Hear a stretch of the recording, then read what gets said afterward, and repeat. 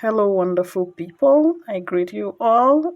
On today's edition, I'm going to be talking about child abuse, violence against children. Child abuse is the cruel or violent treatment of a child which causes harm to that child. Okay, and harm on its own, it's a damage caused by a cruel or violent act. When we discuss harm in the context of child abuse, we mean physical, emotional, mental, spiritual, and developmental harm, which, as you will come to see, are the tragic effects of any form of child abuse or neglect.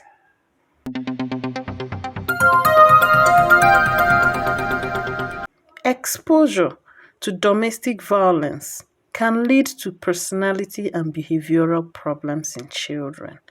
And this can lead to further issues like suicidal tendencies, bedwetting, depression, and other psychosomatic illnesses. Do you know that about 40% of highly violent teenagers have been exposed to severe domestic violence? Studies in various countries and settings support the idea that children exposed to domestic abuse often follow the same cycle. For instance, if a mother was abused by a father and they had a son and a daughter who witnessed this, the daughter is more likely to find a partner who abuses her, while the son is more likely to abuse his partner. This is an evil cycle. Some common factors increase the vulnerability of a child. I'll try to mention as many factors as I can remember. You see, serious illness, can put a child in a risk of abuse. There are children with polio who cannot really move around, and if they happen to have a caregiver or a nurse or inpatient parent who can not, really care for them and really understand their situation, such children are they are at more risk of being abused.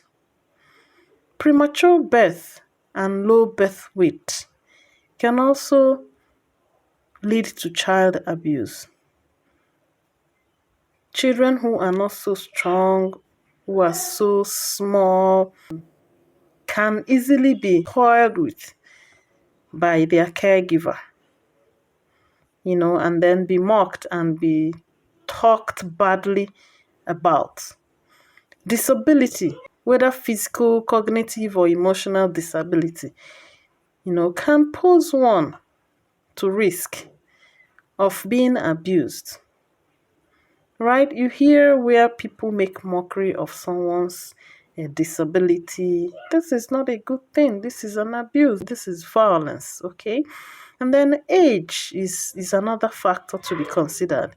The younger you are, the more vulnerable you are.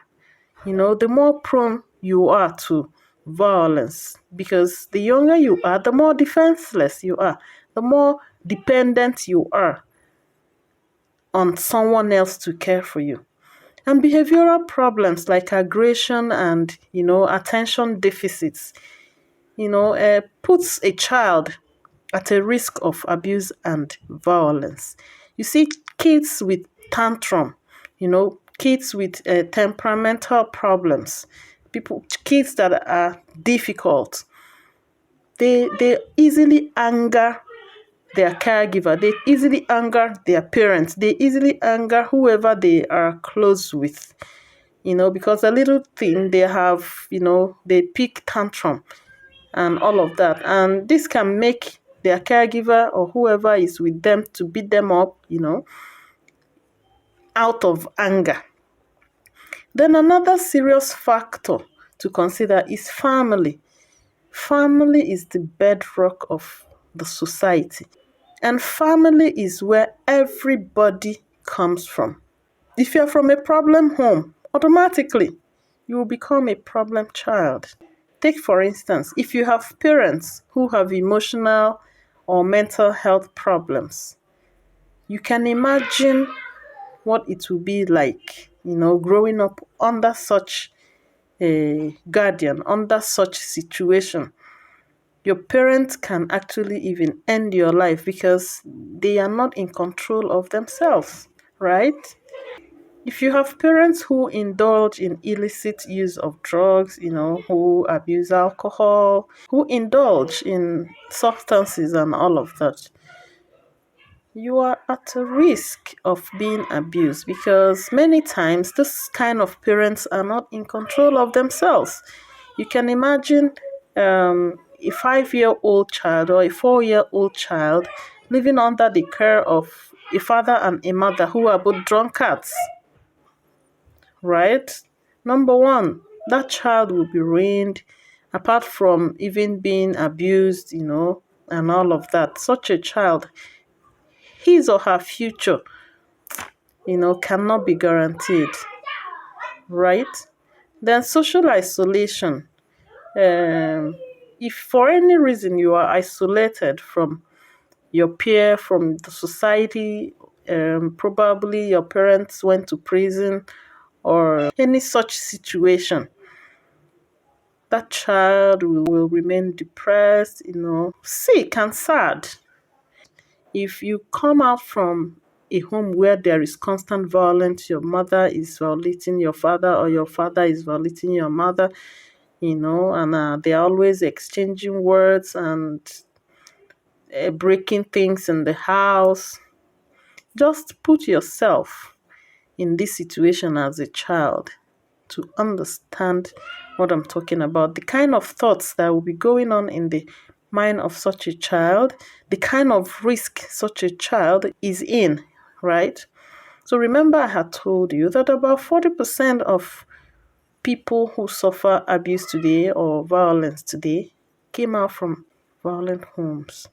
Another factor that exposes children to abuse is single parenthood. Yes, you heard me right.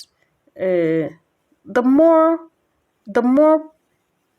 parents you have, the more secure you are likely to be, right? So if they take one of your parents away from you, your security has reduced. Think about when you lose the both of them. Your risk, your security is further reduced, right? So, but when you have both parents, you are protected both emotionally and physically, right? So this is how single parenthood puts a child at a risk. You can imagine where a mother or a father is irresponsible and then the child is left to this kind of parents. It left at the care of this kind of a parent. It's suicide, right? It's you can't think of it, you can't imagine it. Then many children factor is another dangerous one. A family that has 12 kids, 10 kids will care less about their children than a family that has just 2.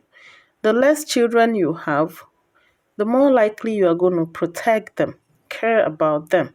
But the more the number of kids you have are, the more likely you are going to abandon some of them, the more likely you are going to not notice everything that go around them. You're not going to notice the bully amongst them. You're not going to notice, some vices and all of that. And then poor interactions between parents and child is so damaging to a child. If you are this very strict kind of parent that, would almost never smile with your kid and play with your kid, your child will not just respect you but fear you, and will never bother to share his or her worries with you, talk more of his or her mistakes, right? And even when the child is undergoing bully, amongst his peers or her peers or in school and all of that, the child will not tell you because you're likely going to say, and you didn't fight back? You have to beat that, go back and continue the fight until you beat the person. I hear parents say this a lot to their children. If they beat you, beat them back, without even you asking the child what is the age of who was beating him and all of that. So these are serious things we are going to consider. Uh, Parenthood and child upbringing, it's a vocation, it's a call, it's a serious responsibility that we don't take for a ride, right? Because this is you raising another human, and then your result will show in the society. In the society where we have a lot of vices and crime, we literally show the kind of parenthood that exists there. It's as simple as ABC, because a goat cannot give birth to a serpent, a lion cannot give birth to a sheep, right? Forget about nature. Let's even just focus on nurture, right? That is it. My name is Viviana, and this is Hearts with Heads Family Life Foundation. And today I spoke about child abuse, what it literally means, and the children that are at more risk of being violated. Please comment your opinion below on the post and share this video so that it gets to a lot of people, and peradventure if it gets into the hand of one person that would need this information. Believe me, the intention of making the video, it's already fulfilled. All right. And if you have any violent situation story that you want to share with me, please do so. Contact me on the number that is shown on the screen, or send me a direct message. We have a full team. We are well equipped right now to take care of victims that reach out to us, that are in need of protection and whatever, right? The world is a strange place, but we know that God is in control, right? Please do follow our Facebook page and our YouTube page. They are both Hearts with Heads Family Life Foundation. God bless you.